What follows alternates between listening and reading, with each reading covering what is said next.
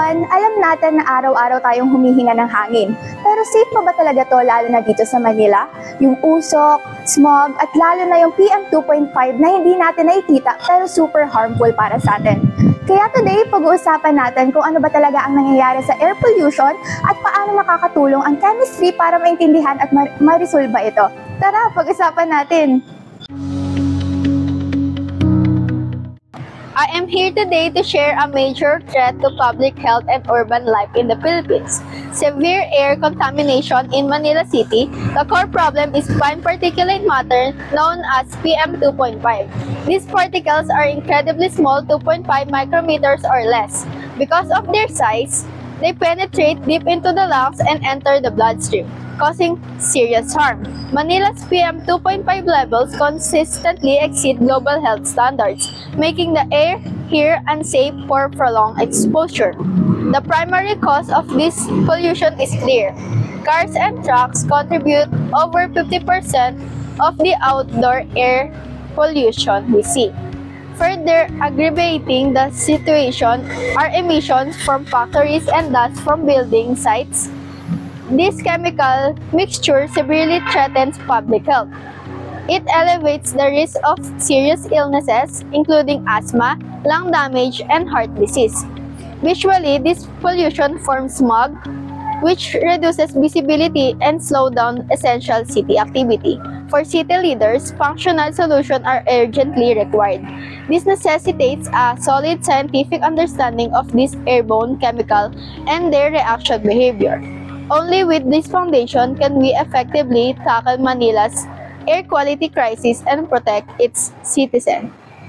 Sa panahon ngayon, lagi nating naririnig ang tungkol sa air pollution. At ang sinasabing madalas na cause nito ay mga vehicles. Pero, may tanong na ba natin sa mga sarili natin kung paano nga ba nabubuo ang mga smog mula sa vehicles? At kung bakit siya nagiging harmful sa environment, pati na sa ating mga humans? Kung oo, tatalakayin natin kung ano nga ba ang chemistry about it. Ang smog, particularly yung mga photochemical smog, ay nabubuo through a series of process of chemical reactions. At madalas na involved sa process na ito ay yung mga pollutants na nai-release ng vehicles. Most vehicles ngayon ay powered by fuels, and ang mga content ng mga fuels ngayon ay iba't ibang mixture ng hydrocarbon.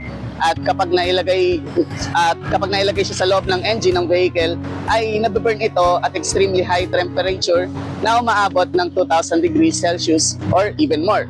Under such conditions, yung mga stable elements like nitrogen at oxygen ay napo-force na mag-react dahil na-break na nung init yung strong triple bond.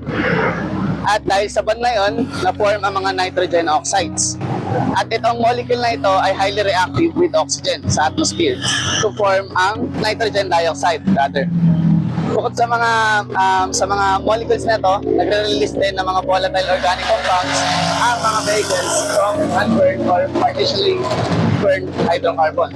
At kapag na-release ang mga pollutants na ito sa atmosphere, mabilis na nagre-react ang nitrogen dioxide in the presence of strong sunlight na nag-iwalay sa molecules na ito into nitrogen oxide at single atom ng oxygen na sobrang reactive.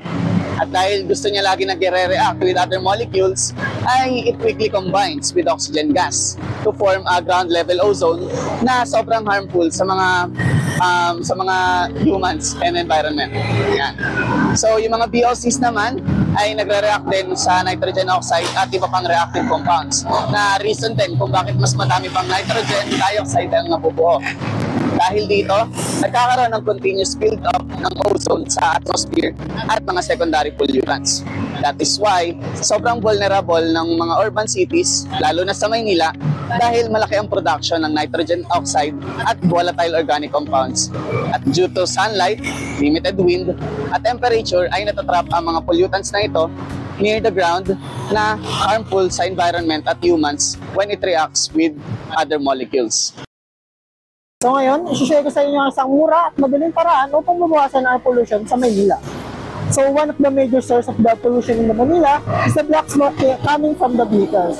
This black smoke contains soot or black carbon. So ayon nga sa Climate and Clean Air Coalition, this black carbon comes from incomplete combustion in engines, especially sa mga diesel vehicles.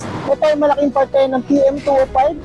Itong mga tiny particles na ito ay pumapasok at sumisiksik sa ating mga lungs na nakakadagdag sa mga risks katulad na lamang ng asthma, lung damage, heart disease at marami pa. But here's the good thing.